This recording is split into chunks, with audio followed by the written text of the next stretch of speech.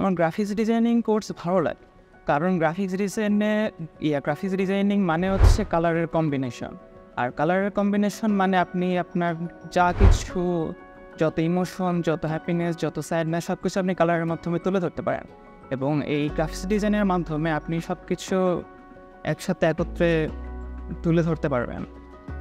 এবং এতে মন এবং এই মাইন্ড দুটি খুবই এনজয়ফুল থাকে। এবং গ্রাফিক্স ডিজাইনিং শিখে আমি আমার কেরিয়ার নেক্সট লেভেলে নিয়ে যেতে চাই।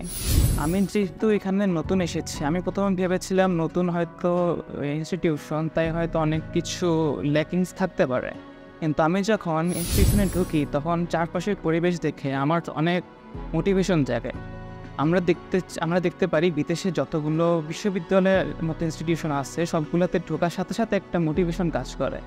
এই ইনস্টিটিউশন হচ্ছে ঠিক সেরকমই। আপনি ঢোকার সাথে সাথে আপনার মধ্যে একটা ইন্সপিরেশন জেগে উঠবে যে আপনি এটাই করতে চান। মেন্টর করাচ্ছেন তিনি আমাদের মেন্টর। আমি তার নাম জানতাম না, কিন্তু তার স্কিল এবং তার আন্ডারস্ট্যান্ডিং তিনি এমনভাবে বোঝান যে আমরা এক বোঝাতেই আমরা বুঝে যেতে পারি। পুরো একটা লাইনও মাথার মধ্যে ঢুকে যায়, তিনি এমনভাবে এক্সপ্লেন করেন।